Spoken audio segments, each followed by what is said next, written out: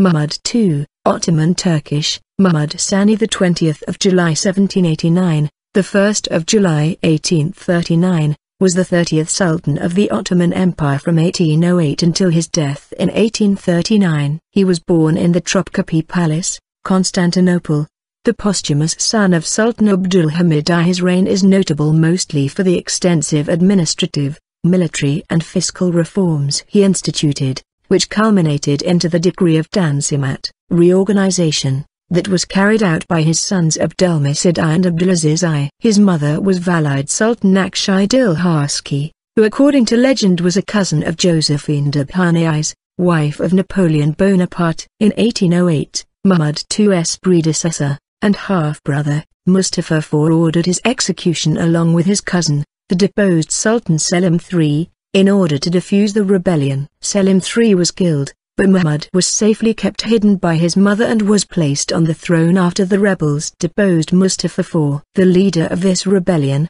Alemdar Mustafa Pasha, later became Mahmud II's vizier. Western historians give Mahmud a bad reputation for simply being the sultan during a time of deterioration of the Ottoman Empire. There are many stories surrounding the circumstances of his attempted murder. A version by the 19th century Ottoman historian Sevd Pasha gives the following account: one of his slaves, a Georgian girl named Sevri, gathered ashes when she heard the commotion in the palace surrounding the murder of Selim III. When the assassins approached the harem chambers where Mahmud was staying, she was able to keep them away for a while by throwing ashes into their faces, temporarily blinding them. This allowed Mahmud to escape through a window and climb onto the roof of the harem. He apparently ran to the roof of the third court where other pages saw him and helped him come down with pieces of clothes that were quickly tied together as a ladder. By this time one of the leaders of the rebellion, Alemdar Mustafa Pasha, arrived with his armed men and upon seeing the dead body of Selim III proclaimed Mahmud as predecessor. The slave girl Sevri Kulfa was awarded for her bravery and loyalty and appointed Hazneda Usta,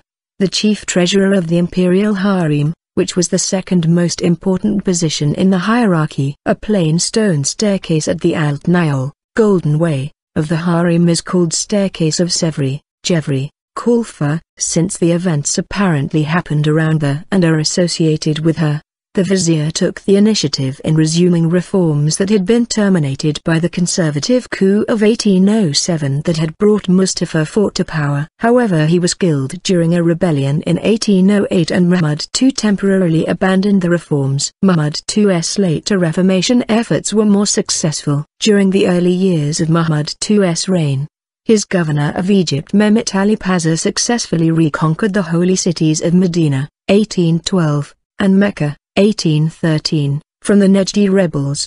His reign also marked the first breakaway from the Ottoman Empire, with Greece gaining its independence following a rebellion that started in 1821. In 1827 the combined British, French and Russian navies defeated the Ottoman navy at the Battle of Navarino. In the aftermath, the Ottoman Empire was forced to recognize Greece with the Treaty of Constantinople in July 1832. This event, together with the occupation of the Ottoman province of Algeria by France in 1830, marked the beginning of the gradual breakup of the Ottoman Empire. Non-Turkish ethnic groups living in the empire's territories, especially in Europe, started their own independence movements. Among Mahmud II's most notable acts during his reign was the abolition of the Janissary Corps in 1826, permitting the establishment of a European-style conscript army, recruited largely from Turkish speakers of Rumelia and Asia Minor. Mahmud was also responsible for the subjugation of the Iraqi Mamluks by Ali Pasha in 1831. He ordered the execution of the renowned Ali Pasha of Tepelina. He sent his Grand Vizier to execute the Bosniak hero Hussein Gradašević and dissolute the Bosnia Elite. He began preparations for the Tanzimat reforms in 1839. The Tanzimat marked the beginning of modernization in Turkey, and had immediate effects on social and legal aspects of life in the empire, such as European-style clothing, architecture, legislation, institutional organization and land reform. He was concerned also for aspects of tradition. He made great efforts to revive the sport of archery. He ordered archery master Mustafa Kemal to write a book about the history, construction, and use of Turkish bows, from which comes most of what is now known of Turkish bowery. Mahmud II died of tuberculosis. Some say he was murdered at the Is Sultan Palace, Samarkand, in 1839. His funeral was attended by crowds of people who came to bid the Sultan farewell. His son Abdülmecid succeeded him. Among his reforms are the edicts, or firmans, by which he closed the court of confiscations, and took away much of the power of the pashas. Previous to the first of the firmans, the property of all persons banished or condemned to death was forfeited to the crown,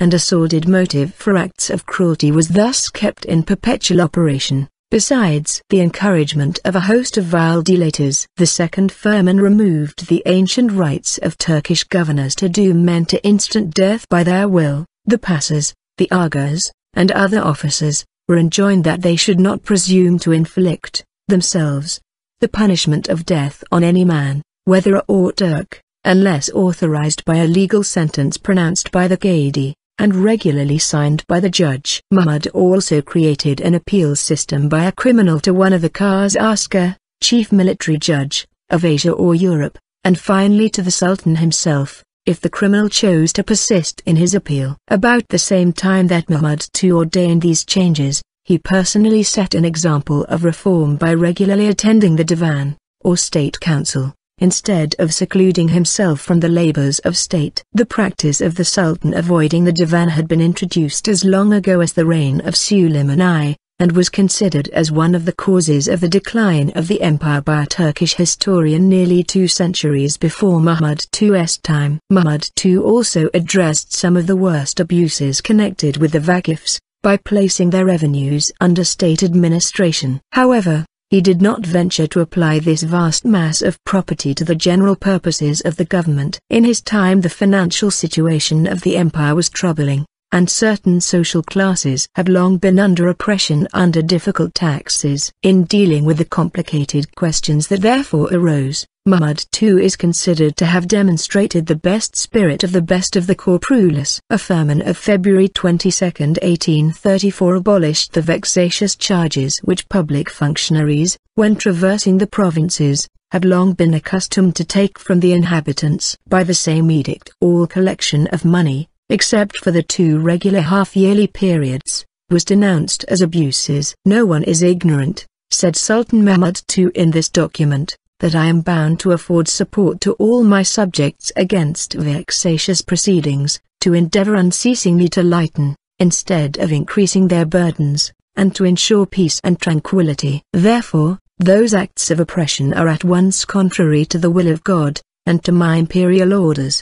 The haraj, or capitation tax, though moderate and exempting those who paid it from military service, had long been made an engine of gross tyranny through the insolence and misconduct of the government collectors. The firman of 1834 abolished the old mode of levying it, and ordained that it should be raised by a commission composed of the Qad, the Muslim governors, and the Ayans, or municipal chiefs of res in each district. Many other financial improvements were effected by another important series of measures.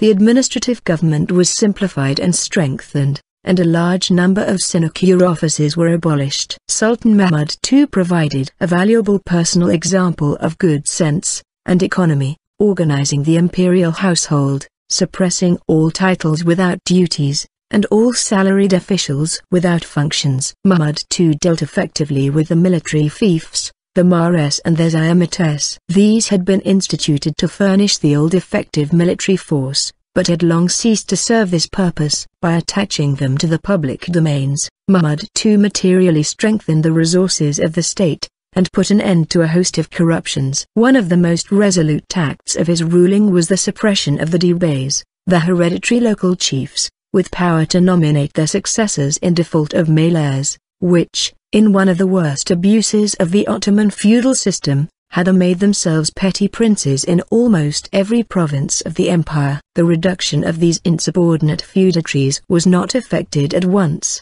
or without severe struggles and frequent insurrections. Mahmud II steadily persevered in this great measure, and ultimately the island of Cyprus became the only part of empire in which power not emanating from the Sultan was allowed to be retained by deposed. One of his most notable achievements was the abolition, through use of military force, execution and exile, and banning of the Bektashi order, of the Janissary Corps, event known as the Auspicious Incident, in 1826, and the establishment of a modern Ottoman army, named the Haseki Mahmud-ı, meaning victorious soldiers of Muhammad in Ottoman Turkish. Following the loss of Greece after the Battle of Navarino against the combined British-French-Russian flotilla in 1827, Mahmud II gave top priority to rebuilding a strong Ottoman naval force. The first steamships of the Ottoman Navy were acquired in 1828. In 1829, the world's largest warship for many years,